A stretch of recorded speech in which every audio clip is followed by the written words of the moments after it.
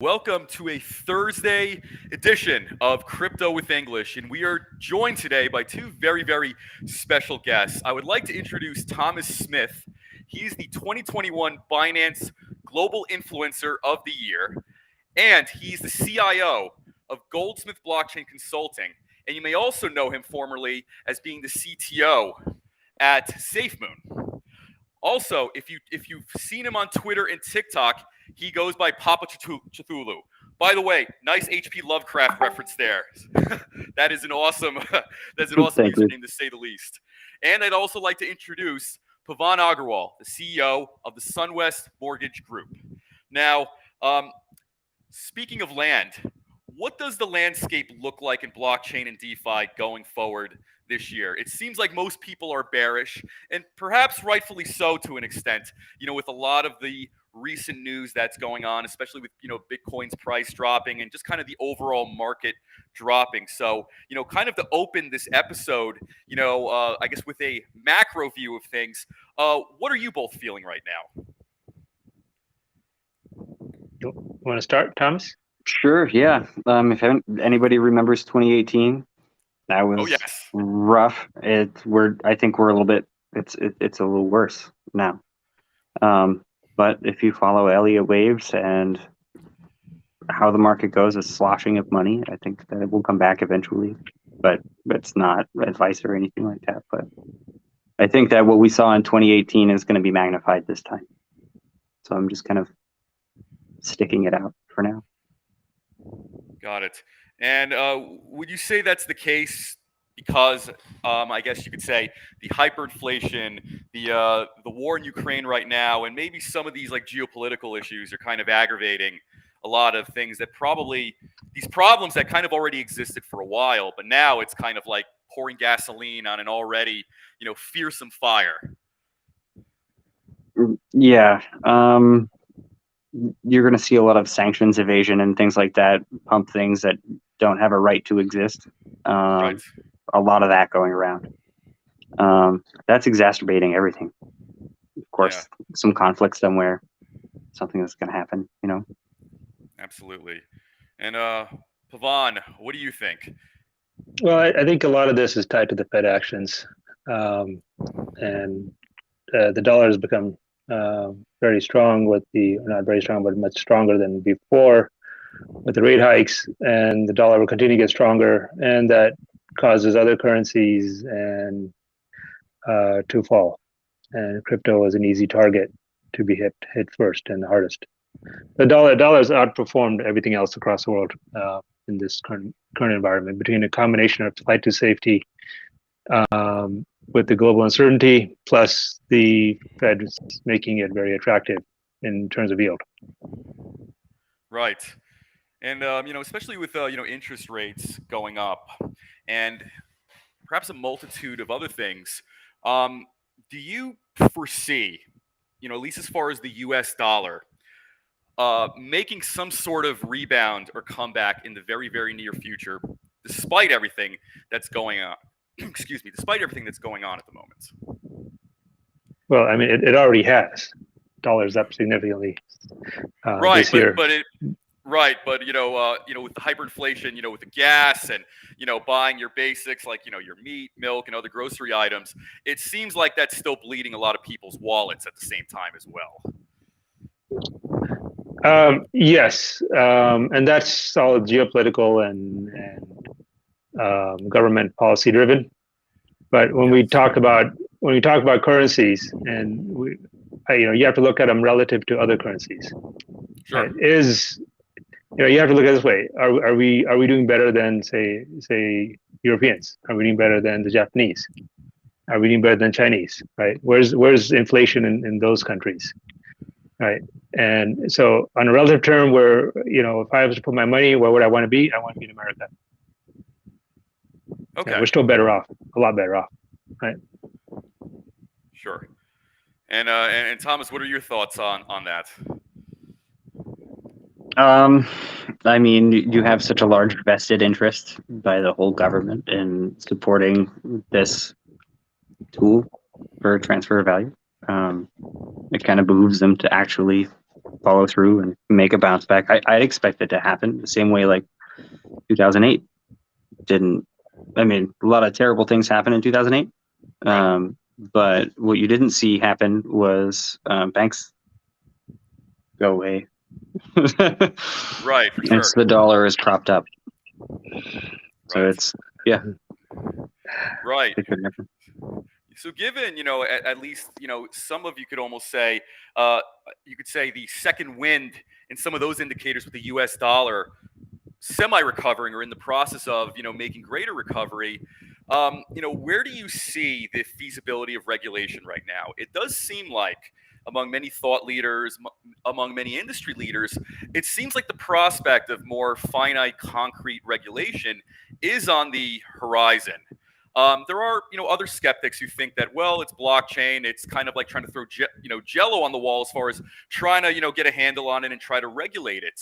So, what are your thoughts on that, especially based on, certain moves made by the U.S., in the past few months, other things going on in the EU and so on and so forth? So, I mean, I think the one thing that I can expand upon is that I'm a developer first. All of the developers in the entire space want clarity.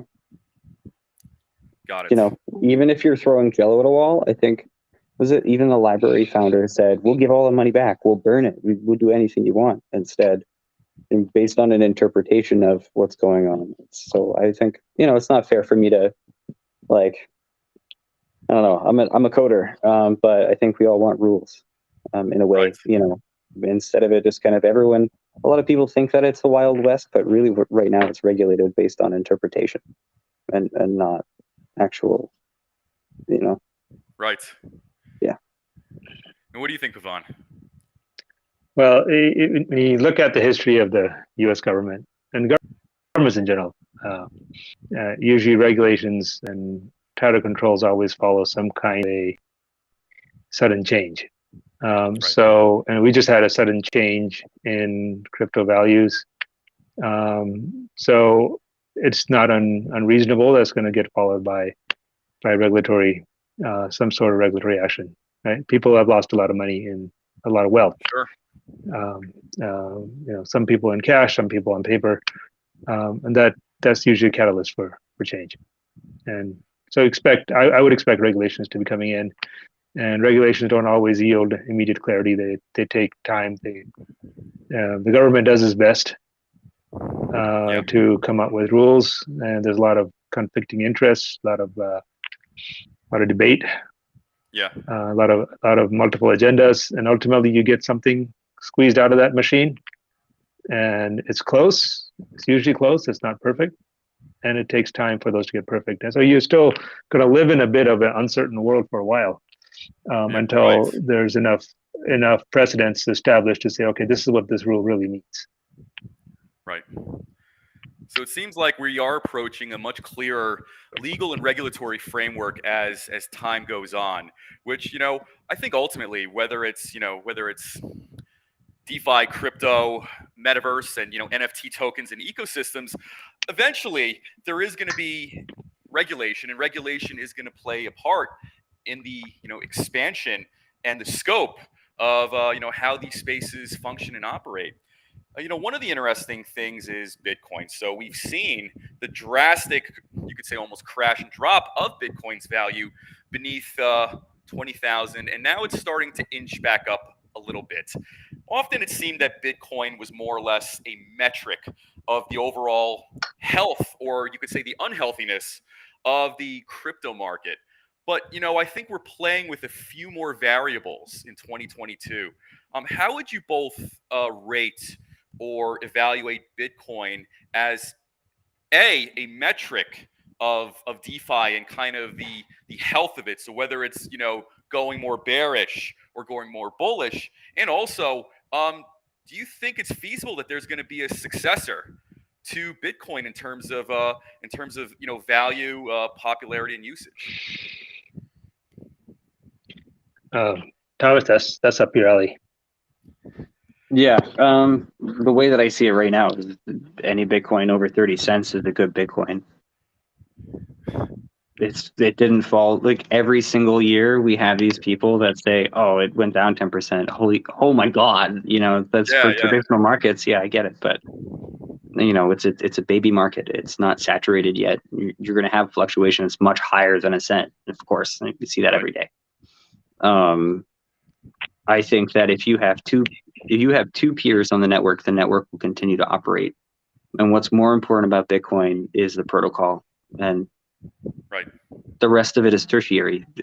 Andreas Antonopoulos said it best. People are paying attention to the wrong thing. It's about the protocol. If you're in this for a get rich quick thing on Bitcoin, it's not going to happen. It's just not, because it's about the technology, right? That's kind of what I like to play with it. I think the most important thing in Bitcoin right now is that 80 bytes of opcode that you get to play with. Right. You're going to see a lot of really cool stuff come out of that. And speaking of protocols, Thomas, could you talk and expand upon your developer background, and as far as some of the projects and ventures you've been involved in, both as a programmer and as an entrepreneur? Okay. Kind of a long list. I should really consider updating my LinkedIn, but I've been a full stacker for 16 years. I became a senior full stacker maybe 5 years ago. That was right around 2016. I started making dApps. The first one was Tribe. It's a pretty cool one. Spent some time with using early Web3, the Web3.js library, and just kind of like doing really cool things with tokens. That never really stopped. So I've been in the space professionally since 2016, but I've been programming since 2006, nonstop. So other people party, I kind of get on my computer and binge. So it's a different. I had a very different experience. Very much an autodidact. So anything. Okay. It's sort of being part of a full stacker is. A lot of people say. Full stackers are like Swiss Army knives, jack of all trades, master of none. Yeah. Right, but senior full stackers tend to be like the Swiss Army knife with an engine attached to it. I was going to say. So autodidactic. There are a lot of things. Yes. Huh? Yeah, it's still being an autodidact. Yeah. Yeah. You tend to, because of the differences in the projects. You tend to need to teach yourself along the way. The patterns are pretty much the same, but you've got to discover some things along the way, and those stick. So I've been doing that forever. I started programming when I was a kid, started on a Tandy. So it's been a very, very long journey, but I love all of it. There are definite pitfalls. It's like you can be enthusiastic. It's Icarus, right? You fly too high to the sun, and that sort of thing can happen for real. But you can't be afraid of that. You have to try. People have to try. That is an awesome way to put it, actually. And as far as being autodidactic, I can imagine you have highly creative, if not esoteric, ways of learning and taking and compartmentalizing information that is probably way different than your peers. And I think that would be fair to say the least, right? Non-traditional is, I think, I definitely found my own way into it, and things that work for me, getting into the right mindset and eating the right kind of food, actually, it kind of helps out a lot. Absolutely. And without droning on it, this is why Thomas and I get along. I have no hair and he has lots of hair. It's just, everything's non-traditional by us. But I can definitely relate to that as well. Growing up, finishing law school and then going into blockchain. I've always been the guy where I couldn't just sit in class and learn the same way as everybody else. And for many years, it used to be very, very frustrating for me. So it wasn't until high school and then getting into college, I started realizing okay, I actually, in a very optimal way, learn in these very, very specific certain settings where my focus and energy is very, very high. And I also decrease the amount of burnout. So over time and over many years, like you, and I can definitely relate this, I kind of, in some ways, had to almost reinvent the wheel, depending on where I was education-wise and what I was doing professionally as far as learning. So it kind of gave me, on one hand, it was a little bit frustrating for a while, because it's kind of okay, you have to relearn you have to kind of almost reteach yourself how to kind of get into like a certain system or mode for almost like each subject matter, or at least for me. But also at the same time too, it's almost as if once you've kind of, in an autodidactic sense, figured out your groove as far as how to take in the information and break it down and make it digestible, it kind of ends up being one of these things, and I'm sure you felt it, where you can essentially, when you're in a flow of sorts, you can go through something like 10, 11 hours because you feel like the energy and you feel the focus. And I think when everything starts gelling together, that energy kind of almost just increases until you just get super tired and you have to eat and sleep, of course. Right. But people say, read a book a day and that sort of thing. It's at least 300 pages. Right. I set for the challenge, read the docs. There's less pages. Right. Yeah. For sure. You just read the docs over and over. And if you're having fun, even better. Absolutely. And definitely, having some sort of fun or some sort of hook that makes at least one aspect, or at least makes a few aspects very engaging. That's kind of like the fuel that starts the engine. Like a little bit about me. So I come from, law background, graduated law school, worked a little bit. Wasn't my passion. My heart wasn't in it. At the beginning of the lockdowns, I just decided randomly to start exploring blockchain. So I went on this certification earning frenzy.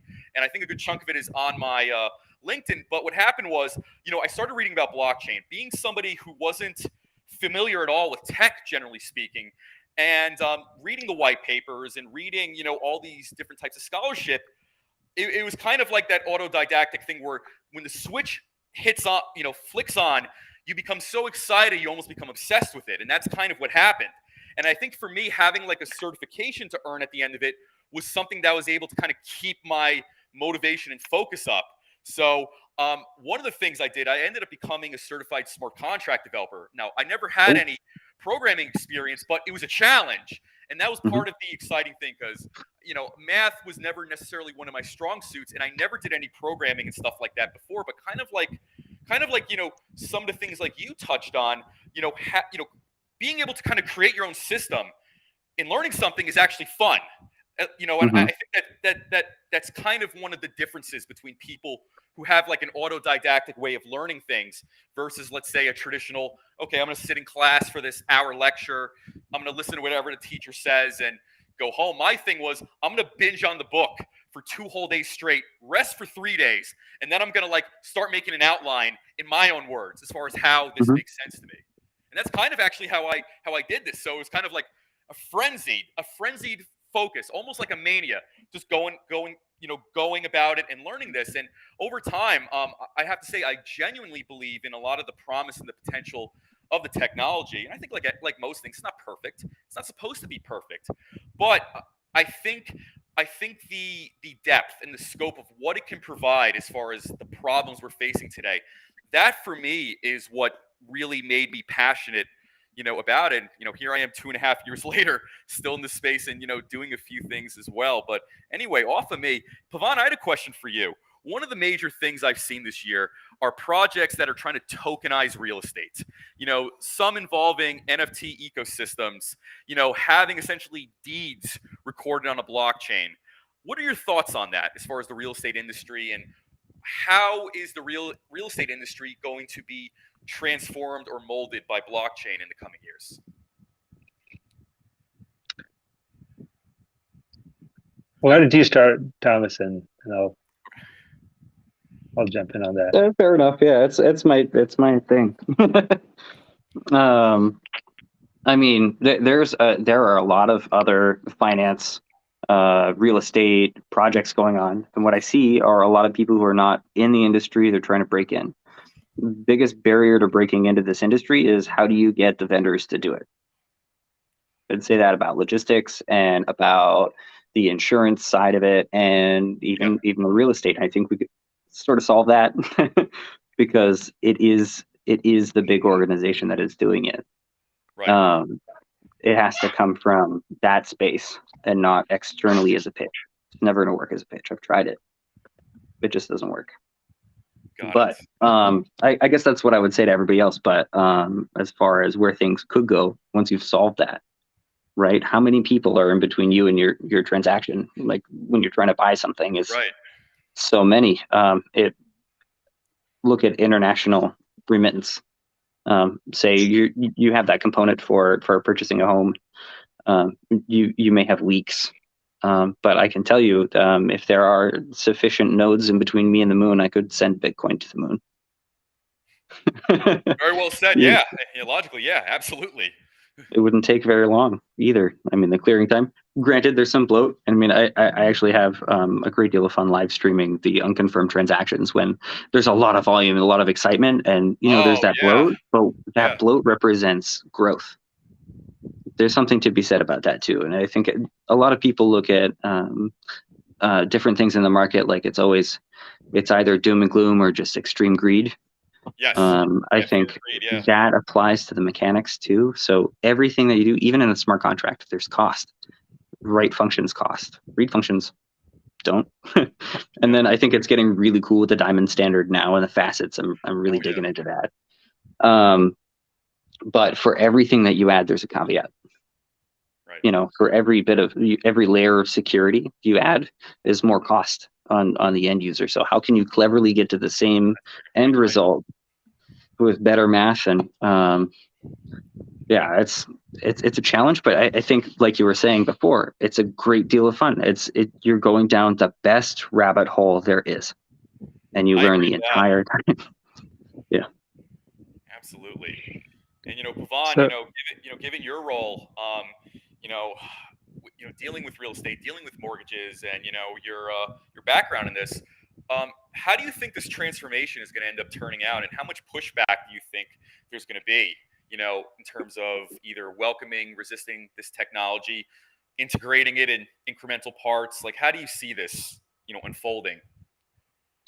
Well, so Thomas and I started working together back when Bitcoin was 60,000 or something, 65,000. Yeah. So it was looking good for a minute there. Yeah. Like what? Like middle of 2021, around that time. Like late 2021, I think. Late, right on. Just I think before Halloween, something like that. Okay. On that time period. Yeah. Cool. So, I maybe could connect the dots.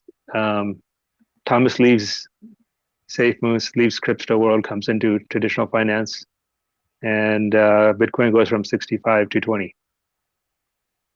Maybe there's a correlation. Certainly a coincidence, but very spooky. But that a little bit of a zinger there from you, Pavan. But to more directly answer your question, we've got a pretty good. Thomas and I have been working on some pretty interesting stuff. When he came to Puerto Rico, it was kind of on a whim, right? It's just like, we did a 2-minute Zoom call, and I told Thomas I'm working on something really cool. And I think Thomas's only question was, well, hey, I don't like bankers because they're too stuffy. And I said I'm anything but that. So I said here's a ticket to San Juan. Come on over.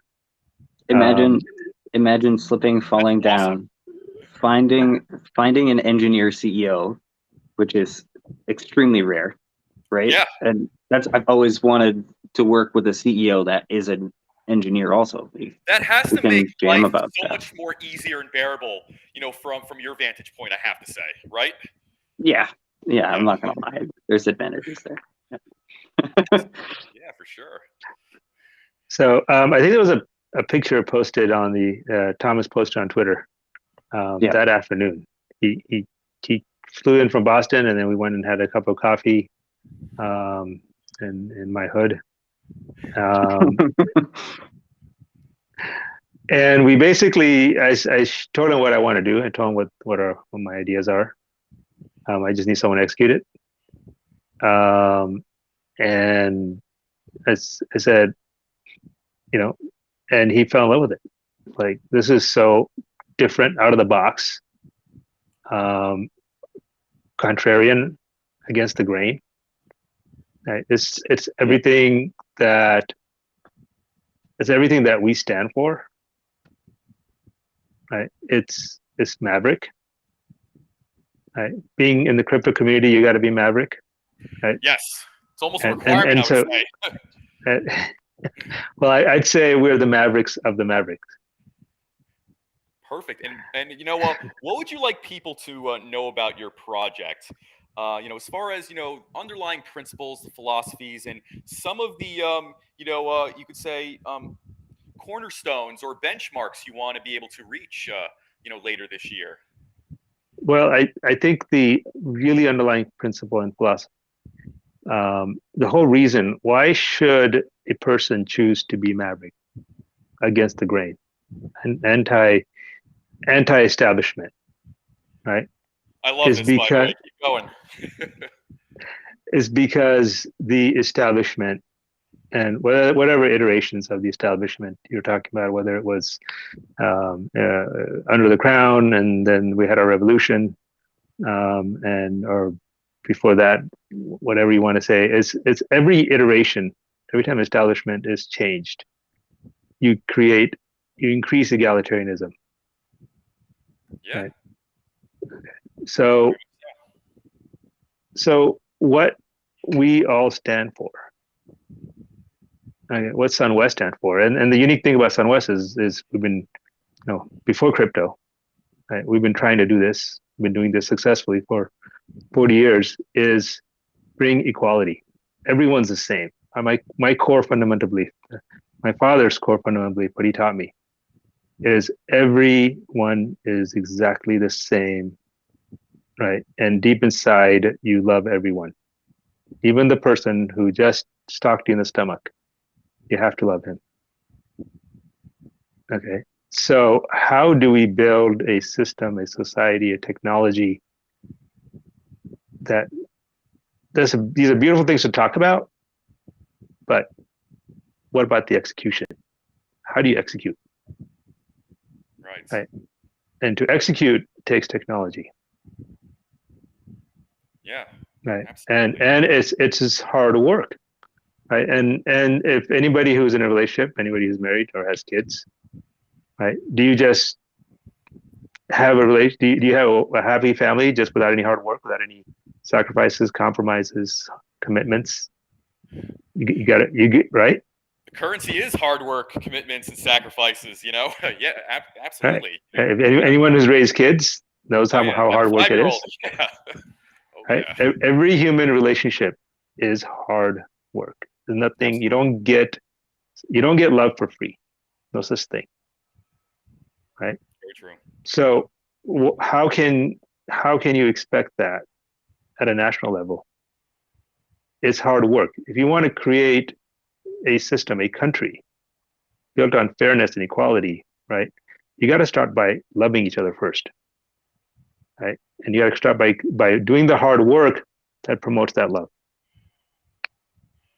You said a lot of excellent things, especially how especially how these changes in status quo and establishment create more egalitarianism, and also having a default, you could say, inner compass or orientation, loving everybody. That is something I think these two things aren't spoken about or articulated enough. So, with your projects and projects at SunWest, how does that make you? How does it make both of you different than than other companies out there? Because by the way, this is great, and in fact, I would say what you're saying reaches people better than a lot of these other talking points and sales pitches from a lot of companies, like whether it's in real estate, whether it's in tech. I think what you both are saying, this is universal across languages, across cultures, across countries, so to say. So expand on that a little bit. I'm very fascinated. Well, it's universal because it goes, again, what my father said, I heard it every single day of my life, is everyone's the same. Everyone is a good person. He believed to the day he died. Everyone is fundamentally a very good person inside. It's just circumstances. We all have done bad things in our life. We all have done things that we regret. Right? Those happen because of circumstances, because we're in a brain fog, or an emotion gets the better of us. But inside we're pure. Right? And whatever mistakes we make, we'll pay for them one day. It is what it is. Right? So so as long when you accept that, but now people do make mistakes, right? That's the nature of existence, right? Mistakes are going to happen. So if you think about a very simple thing, like with my kids, watching them grow up, they make mistakes. They're toddlers, they're trying to walk, right? And they'll make a mistake, they'll fall, right? And but it's hard work. You got to teach them to walk. You stand, you pick them up and you help them, you encourage them, and they'll make a mistake and they'll fall down again. Yeah. Right. We're all just toddlers. Yeah. Right. It doesn't. We're still 1 year old, all of us. Right? When you compare where we are to where the Almighty is, we're just little children. Right. Yeah. So unfortunately, the Almighty is not here next to us to pick us up directly. He's there in our hearts. Right. So we have to pick each other up, and that's hard work. Right. And we have to pick each other up if we pick each other up and respect each other, and not judge each other. Right. And do that. And how do you do that on a national basis with 300 million people? Yeah. Right. It doesn't come through wishing it, wanting it. Right. Like as President Obama said, he can't wave a magic wand. Right. Sure. Yeah. But and every politician will say, well, elect me and I'll solve the problem because I'll write this new rule. Right. Yeah. It doesn't work that way. It comes from within us. Right. Yeah. The most important thing our leaders need to do is inspire us. Right. Instead of telling us what to do, they need to inspire us to find that inner beautiful being, that flawless person that's inside us. Find that person and bring that out. That is what really the role of our political leaders should be. That's almost more in line with some of the things JFK spoke about, actually. Yeah. And speaking of kind of toddlers and babies, and kind of how in the scope of the universe and the scope of things, we are fundamentally as we are when we come into this world, and maybe despite circumstances and despite mistakes, aspects change, but I think at our core we are effectively the same.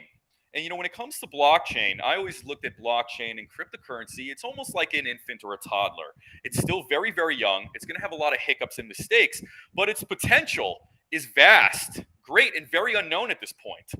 So for me, like whenever there's dips, whenever prices drop or crash, this is something that has been really in the forefront of, you could say, finance, and I'm being generous here, maybe 10 years. And I think as far as mainstream knowledge, 3 years. I think it really came into mainstream knowledge at the beginning of the pandemic, especially. So for me, I think in the scope of, you could say, the history of the global financial system, this is still very much a baby. So, moving from that, what is it about blockchain that seems to either encourage or promote egalitarianism? I will say this, for somebody who's been in this space for 2 years, this is purely anecdotal, but I do think there's a trend to this. I have never worked in a type of sector or profession where people's baseline orientation is to actually collaborate and partner up with people. I feel like that is very, very special, and I think that is a very, very powerful ingredient for success. The willingness and openness of a lot of people in this space to, link up, work together. And it seems like people don't have a problem putting their egos aside, encouraging creativity, with their peers. What is it about this space that is more egalitarian? Because sometimes I try to figure it out. It's very, very special. You could always look back at the free software movement. Oh, what happened? I'm sorry. Vaughn, I think you're cutting out a little bit. Can you hear me? Okay, I can hear you. My cell battery. It was my He's stuck in the blockchain. Right. Drum roll there.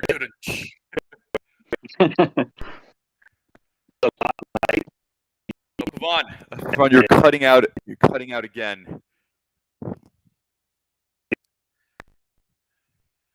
Is it good? Yeah.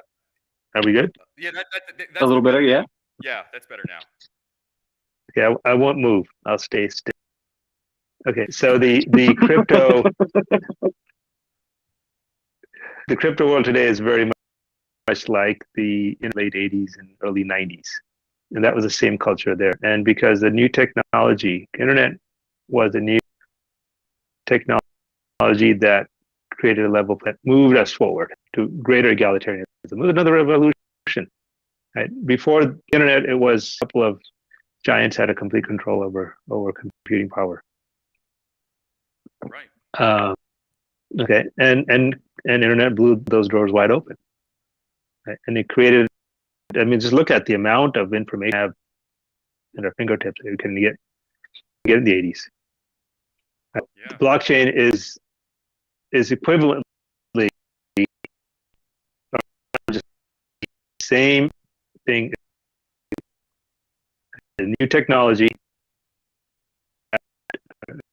and the thing that Bitcoin and Ethereum cryptocurrency did was they established the standard. Right? There is now universal worldwide chain. Right? The internet standard was established by the Department of Defense, government led. Okay. Crypto open ledger standard was established by private individuals, right? And it created blockchain and has value into the blockchain. So it was very maverick. It's the traditional, the today's things, right? Were the leading edge companies in the 90s, like the Googles, Yahoos, and stuff. And now today, they're threatened. They get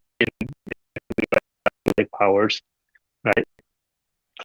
And today they're being challenged by blockchain and open ledger technology. And I'm hearing a lot of the same arguments today against blockchain that I heard in the 90s against open standards and internet standards. Right. So this is yet another. Yeah. It is. Yeah. Regrettably, I'm old enough for all these things. So millennials don't have that kind of cost. So the parallel is the same. This is the other side of the structure we bought. There was a revolution. Just like I talked about revolutions, political revolutions. There's technological revolutions. We went from centralized mainframe computers, very proprietary hardware, from the cable you plugged into the computer all the way up to wide open standards. Interconnectivity with the internet, and that led to a whole new level of openness, but also new forms of monopolies were created, restrictions were created. Right? Okay, so this crypto is a challenge to now. Is another revolution challenge to those forms of control, right? And it's being attacked at it the same way as the internet was, but the technologies here, the standards has been adopted, right? And it's changed the world forever. It's very much like I remember a Bill Gates, and this was in the late 90s. He had he said, somebody asked him a question, well, don't you think this .com is a bubble? and look at this. This is before .com crash. He's like, it's in a bubble and shouldn't, Right. Why is the money going into .com? Same question is being asked to Warren Buffett. And Gates gave a really good answer. I like what he said. Well, there is an event, but the amount of money and power that's been put in, the world is changing. Okay, and the world is changing for the better.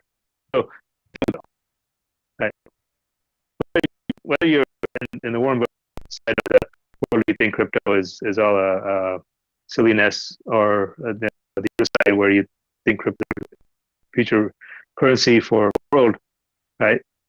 It doesn't matter. What matters is our existence. Looks like we might have lost Uh-oh. him for a moment. I'll shoot him a quick message in the meantime, and hopefully, I think he's right back. All right. Give me 1 second. Vaughn. All right, and you're back. No worries. You're cutting out a little bit. Yeah.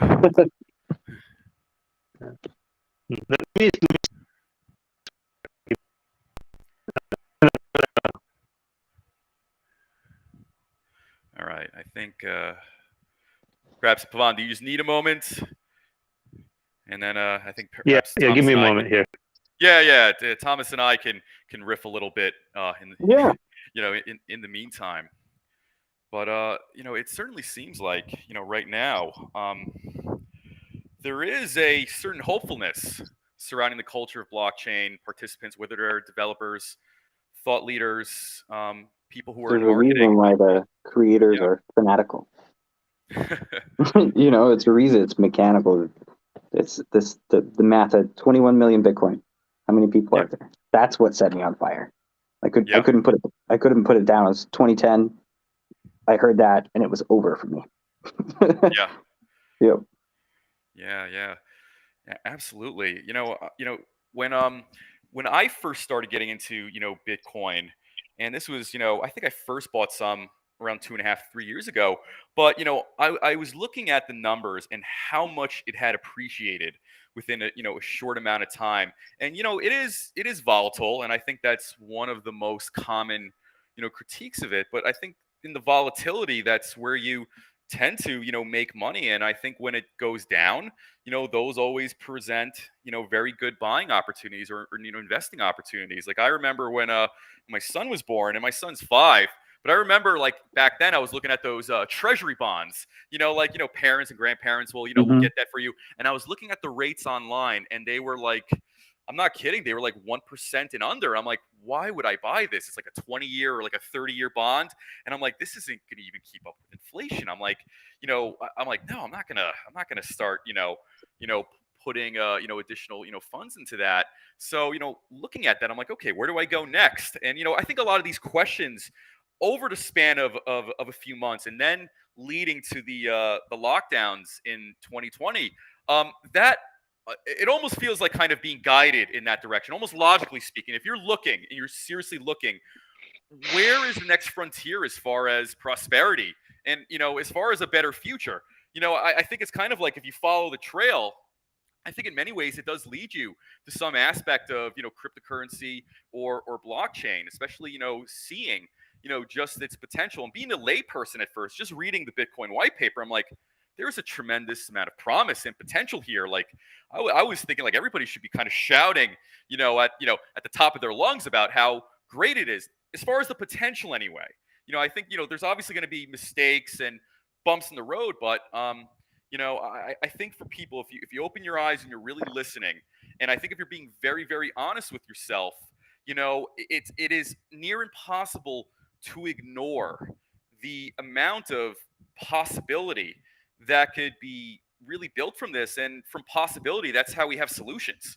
I think regardless of your age, regardless of where you are in the world, I think many bad decisions have been shouldered upon people collectively. You see what's going on in the world right now. This isn't something that happened, overnight. This was cumulative. This is something, things happening for 30 plus years, and people often have to wonder: is listening to the same script going to get me anywhere further over time? And I think having an open mind, and even Pavan, what you said, actually starting from a place of love as you kind of interact with the world and deal with the world. I think your dad is a very wise person. In fact, some of the things you were just saying about him. But I do think this: if that is your orientation, I think it makes you a much more creative person, and in fact, a happier person. Like I think if you're naturally cynical, whether you're right or wrong, I'm not sure if it adds a whole lot of value in the end. So if you're cynical and you're right, it's like, well, you still feel like shit, and I think that just reinforces your overall outlook at the world. But then again, if you're cynical and you're wrong and things go in the other direction, then it just makes you feel more bitter or more resentful, perhaps. And I think if you're more optimistic, so to say, I think it's better in winning or losing. If you win, it feels even better, and if you lose, it's kind of like, well, maybe there's something to be learned there. Maybe there's a silver lining to this. I think the outlook, whether it's of people, and I think of a lot of people in this industry, tends to be glass half full. Like I've seldom ever met anybody who had like some sort of apathy, who was in this space, and I mean really in this space, like doing things, so to say. I can comment on that. Sure. And I'll draw an engineering metaphor to what you just said. Awesome, please do. A good engineer, and I just had this conversation with one of our engineers, and I said, to be a really great engineer, right, you have to dig down deep, and exactly how does the system work and why does it work? Right? If you want to understand how the system works, go all the way down to the AND gate on the CPU. Right? Understand it, and go beyond that, understand the substrates and the silicon doping and everything. Right? Then you have the foundations to understand how the whole system works. Right? So it's the same thing. Instead of looking at life half empty, half full, this, that, look deep inside you, right? And understand yourself to the core. And if you really dig deep and understand that, you're going to find, and this is something that we say at SunWest all the time, is that you're a magical being, and you're capable of doing magic, right? And that's not being optimistic or pessimistic, whatever. That's just the truth. No, I get what you're saying. I think a lot of times people either don't value or greatly underestimate small efforts, or especially small cumulative efforts as well. I think sometimes if people want to start a project or start something, it's kind of like, oh, this is difficult, and people kind of like talk themselves out of things. I think that's kind of almost a very overriding theme in life. And I think maybe this is something of the U.S. schools, and this is just my critique. I think society in many ways teaches you to be scared of failure. So I think people are kind of psyched out from even starting in the first place. And I'll tell you this, like, I think this: if you're not scared of failing, then I think, every action, whether you succeed or fail, it's almost like data or input along the way. Because because I think this: if you're scared of failing and you do actually fail, I think you scare yourself, and I think you just kind of shut yourself down. Like, I think you see it all the time with people. But if you're indifferent to it, not like encouraging it, like, oh, okay, I'm going to do this, and, I'm going to suck at it, but whatever. But I think if you're just kind of almost neutral, or almost like almost a little agnostic to it, through the process, wherever you go. Calculated agnosticism. Yeah, exactly.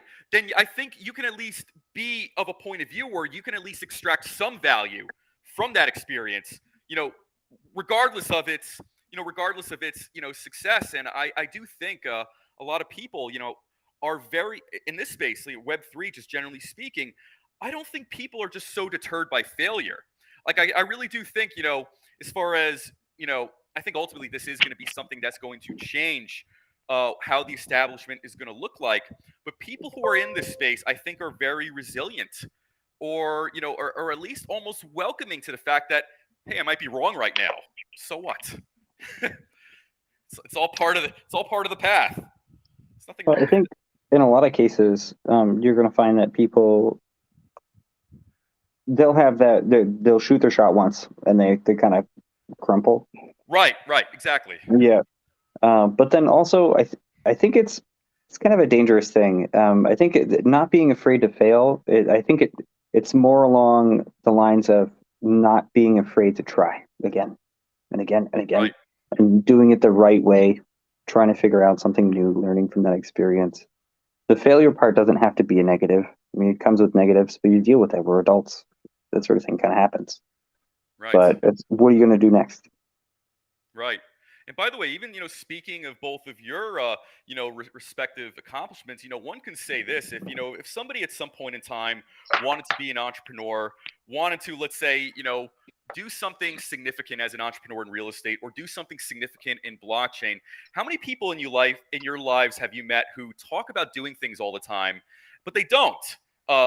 Ultimately as well. So if you think about it over time, as you are right now, whether it's me or both of you, whatever our failures were up to this point, that the sum of all that is greater than 9 out of 10 people who don't even start, don't even try, to begin with. Like, I've made plenty of mistakes along the way, and sometimes, especially, I think if you do a live stream where you're putting yourselves out there. I mean, and Thomas, you're a very, very well-known figure on social media as well, on Twitter and TikTok.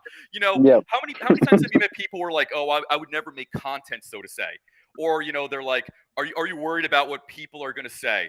And my feeling is this: if most people live their lives according to what other people think about them, you're never free, and that is not a life I want to live. Mm. And I think unfortunately that ends up being kind of almost reinforced a lot of times, whether it's through school, whether it's through work and whatnot. So I have a tremendous amount of admiration for people such as yourselves who really go out, do something novel, and really shoot your shot and see where it goes.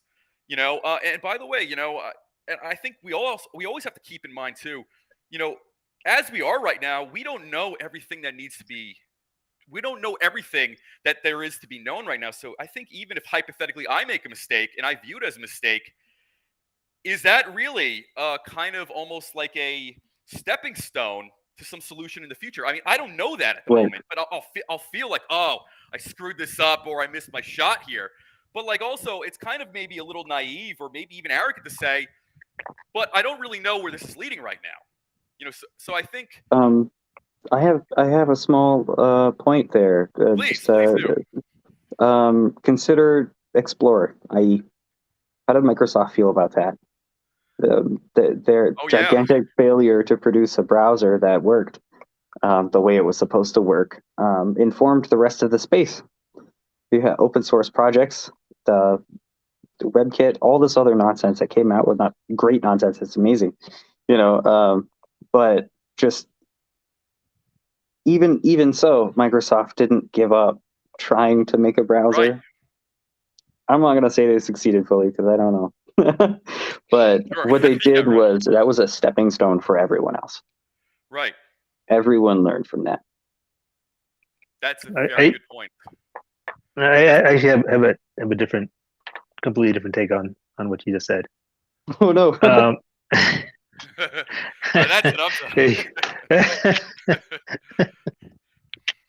I think we put too much pressure. I would say society has trained all of us to say success and failure. It's all you, right? Too much emphasis on success and too much emphasis on failure on both ends of it. Why? Right? Why is any of that important? Okay. So, and the reason why any of that important, the reason why we've been trained to feel that any of this is important, is what the elitists want you to feel. Sure. If you're not driven by some fundamental emotions, like need, greed, fear, they got nothing to sell you. Very true. Right? If you're content, again, going back again to what I say, if you're content and you have tapped into that inner magic, right, They can't sell you. They can't manipulate you. They can't get you to vote the way you want you to vote. Right. Right? They can't get you to do anything other than you will do only what is right for you. Right? And then all of those things disappear. Right? You stop worrying about success or failure.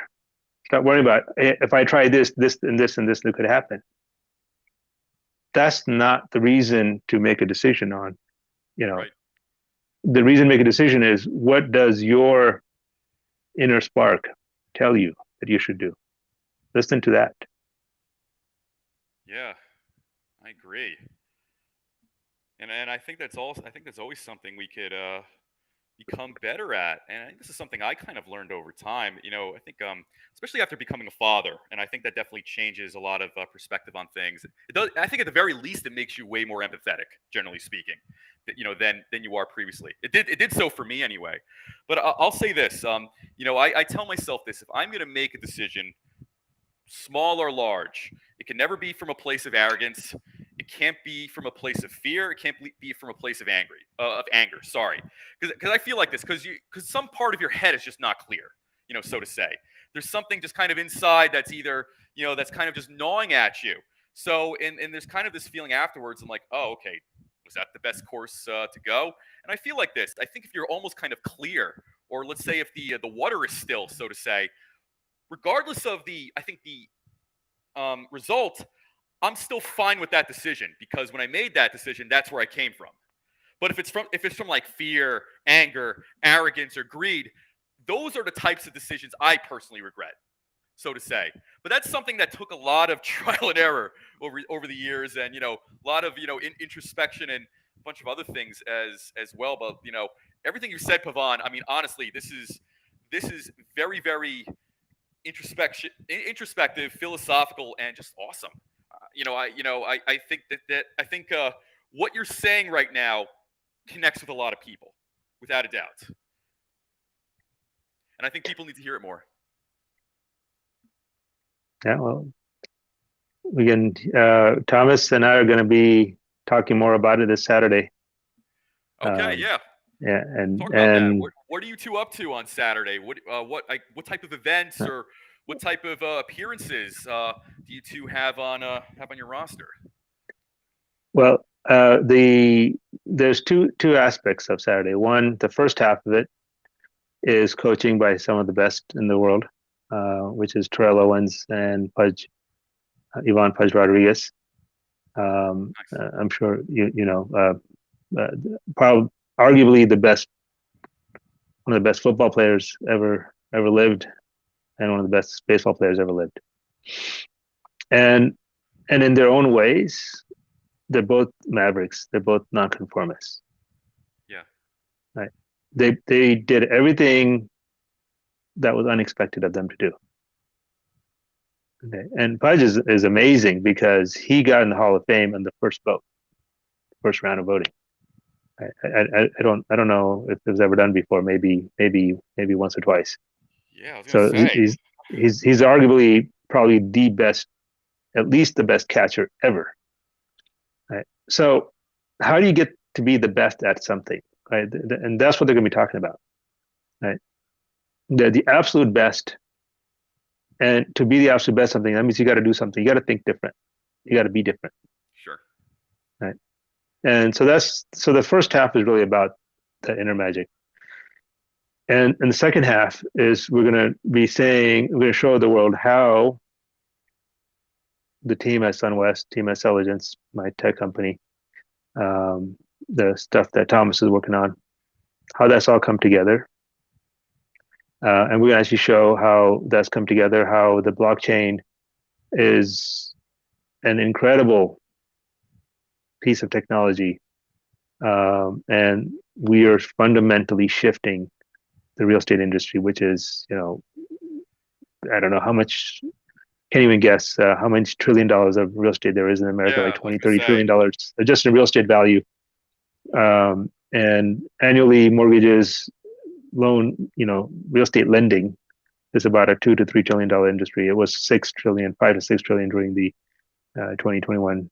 So yeah, that's right. It is a massive industry.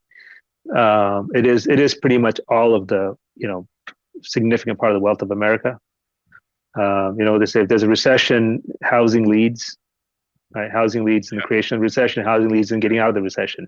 Yeah. Right? Why? Because there's so much money in real estate, and that's the problem that we're addressing.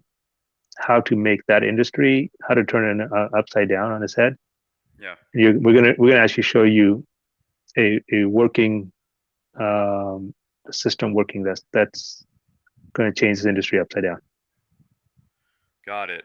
And at the moment, are there any specifics you can discuss, or is most of this still kind of in stealth mode, or whatnot? We're going to be today's what, Thursday, so we're going to be showing all in just 2 days. Okay. All right. Right. So this is Saturday, right? So we're gonna right. Yes. No, I'm ready. Is there any clues you want to drop, Thomas, that we're going to show? Yeah, I was just asking if there's any clues you wanted to drop.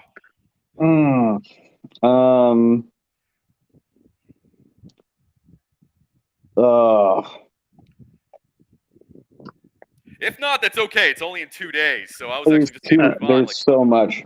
There's so much there. I would say we've already. Thomas and I've only, if you look at my Twitter account, I only have like a handful of tweets. I'm not a social media person. I'm an old man. But Thomas and I have already dropped quite a few clues. Okay. If you really go back and look at that stuff, there's a lot. We've pretty much explained it almost, but you just have to pay attention. Well, now I'm really going to dig now. It is very, very funny how sometimes when I post a direct screenshot of a console, people think that's a hint, or it's some confusing cryptic message. But it's the everybody word. Starts really reading into it too much. Yeah, right. Yeah, it's all the answers. It's so simple. Yeah. Everything. Look, the best, business ideas, right? Best solutions, the best, the best gadgets are the simplest gadgets. Yeah. Right. Absolutely. It's like the guy who put the wheels in the trash can. Right. Yeah. Right. Simple idea. You made a fortune. Yeah. You're a developer yourself, so I'm sure you'll catch this reference. The name Coinbase. So simple. Yes. And nobody did it before them. Right. And the oh my God, the UI UX and just the user experience. It's so easy on the eyes. It's intuitive. It's great. Actually, that was the first platform I used. I think that's the case for many people. Some irony here, though. If you want to send some crypto, it'll take you 9 button presses to do it. That's actually. Did you ever think about that before? Now I'm thinking about it because I use Binance, and this is nothing against Binance, but like sending crypto.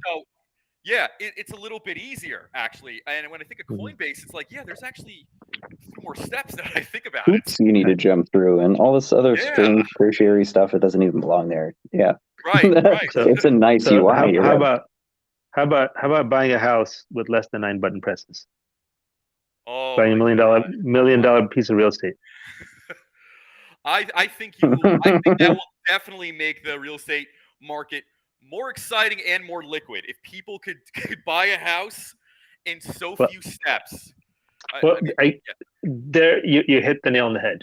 And you say more liquid and more easy, right? That's a revolution. And what do create more equality? Right. All right, hold on. So my phone's clicking. Oh yeah, Pavan, just cut out there that one last part. Yeah, now you're back. I think your screen might have frozen. Pavan? I know he was about to say something really awesome again. Are you back? Knock. Pavan? Can you hear me okay? I can hear you a little bit better now. Somehow it disconnected my headset. I don't know what's going on. That's much better now. But you can see the top of my bald head now. Yes.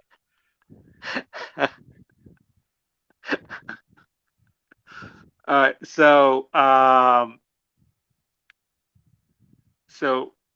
what was I saying? You're about to, I guess you could say, expand on the comment that having real estate transactions be like completed in like so few steps, like less than Coinbase, is going to make it more liquid, and that's going to be a revolution in of itself. Yeah. So what happens when you increase liquidity, right? And what happened in the American Revolution? We took away taxes, put more money in people's pockets, right? Give people freedom, right? Money equals freedom. Yeah. Social mobility. Right? Liquidity equals freedom, right? And freedom equals egalitarianism, right? And freedom is hard. By the way, I don't mean to interrupt. This is awesome. This should all be slogans on everything. Actually, yeah. Yep. Liquidity equals freedom. Absolutely, yeah. All right. So if you can make it easier and cheaper and faster to buy real estate, then what the politicians have always talked about over the years, that everyone should be a homeowner, right? Right. Okay. I don't know if we can ever get there, but we can certainly get a lot closer to it. And the number one way of creating stable wealth, protection for your family, is owning a home. Right. Absolutely. Right. So owning real estate is the number one way, and it's just simple, basic, because everyone needs a place to live. Own your home, love your home, and a big headache of your life is gone. Well said. Right. So if you look at an average American's paycheck, right, like 50% of it goes into rent. Yeah. Right, or even more. That much. Yeah. Right. So it's rent and insurance, and then gas, and then everything else. Right. Right. So why shouldn't that 50% of your paycheck every month, instead of just getting burned, become an investment? Well said. And that should be the case and that's why we have a tax credit for homeowners, because it's a good decision. Yeah. To be owning a home. Right. So the government the government gets right once in a while. We're anti-establishment, or anti-elite, but the government is not all that bad. It gives us security. Right. It gives us a safe. Give credit where credit's due. Yeah. Right. We do need that. It gives us law and order. We do definitely do need that. Right. So it has its place. We do love the government. So, and they come up with some good ideas, like a real estate tax credit. Yeah. So those things create long-term wealth and stability in your life, and it actually creates generational wealth. Right. Currently, we have $10 million of gift tax exemption. So you can buy a house, pay it off over the years, and you can transfer it to your kids, and now your kids don't have to worry.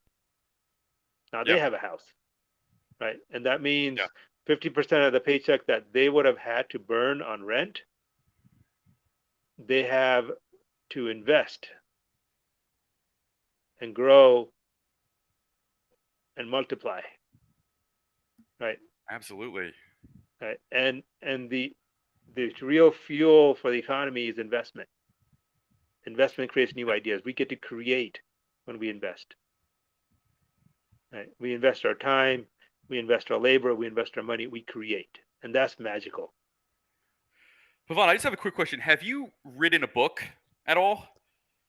Because I would totally buy it. I'm not sure if I've ever read a book, so well, you should definitely write one. I've actually been taking some notes here. The way you've conceptualized all this and articulated it. This is absolutely correct. And I think this is the way that the economy and people should perhaps be more geared and oriented, towards as well. And like you said, having an asset such as a home, provides that comfort, and in fact, it protects your children and your family members. you never know what's going to happen in the economy. And rent is purely an expense, and not to my knowledge, I don't think there's any type of tax credit or tax write-off for rent. No, maybe in a commercial sense, but yeah, for your personal residence, you Right, pay rent. You're just burning. You might as well take a pile of money and burn it. Right. Ron, I think you're echoing. And before we end, could you announce again and explain the event on Saturday and where we find it and where we can find some content and keep tabs on what you guys are working on? Because I'm very excited. Sure. You can register for the event on swmc.com, as in Sun West Mortgage Company, swmc.com/game on, GAMEON. All right. I'll include that in the comments section for the content that was posted, just to make sure people don't forget. And you can register there. I think we're full now for in-person registrants. It's in Resorts World in Las Vegas.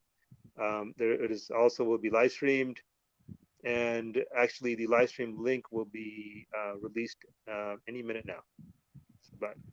Excellent. It's about to be released. And on an ending note, is there some sort of final thought that you both want to leave the audience with? I mean, I know you. I mean, I can imagine it's going to be awesome, and I know there's a lot we can go with. But anything off the top of your head?